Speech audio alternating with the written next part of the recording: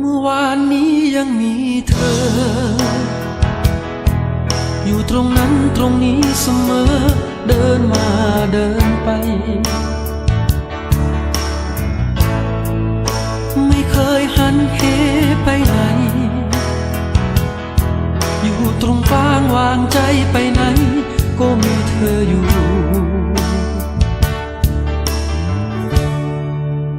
อยู่ตรงนั้นมานา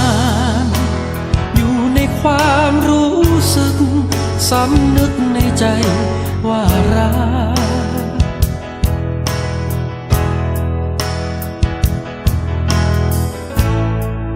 ยามเช้าสดชื่นเสมอจะมีเธอตื่นพร้อมเช้าไปสู่กับงานแยกทางชั่วครั้งชั่วคราวออกดิ้นรนมือสาวเท้าวางไว้รอมชีวิต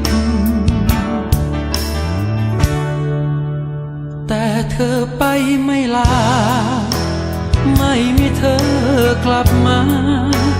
ไม่มีแม้เสียงนึกถึงเธอบอกกับฉันมีแต่ความตายเท่านั้นที่จะพรากเราไปจากกันได้วันนี้คนที่เรารักมาจากเราไป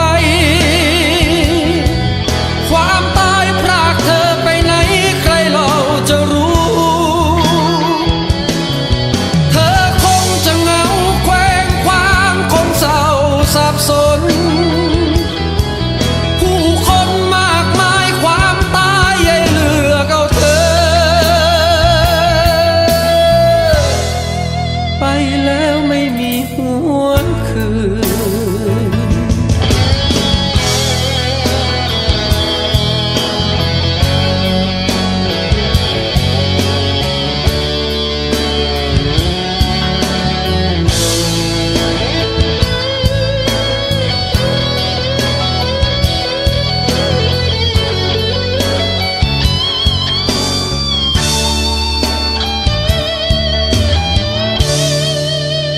แต่เธอไปไม่ลาไม่มีเธอกลับมาไม่มีแม้เสียง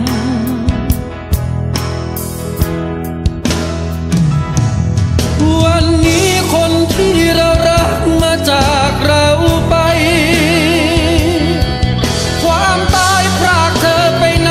ใครเราจะรู้เธอคงจะเหงาแคว้งคว้างคงเศร้าสับสนผู้คนมากมายความตายใหญ่เลือกเอาเธอไปแล้วไม่มีหวนกลับ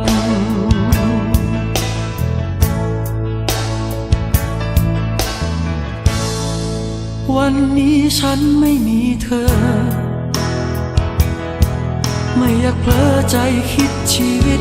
จะเป็นอย่างไรวันนี้ฉันไม่มีเธอไม่อยากเผลอใจคิดชีวิตจะเป็นอย่างไร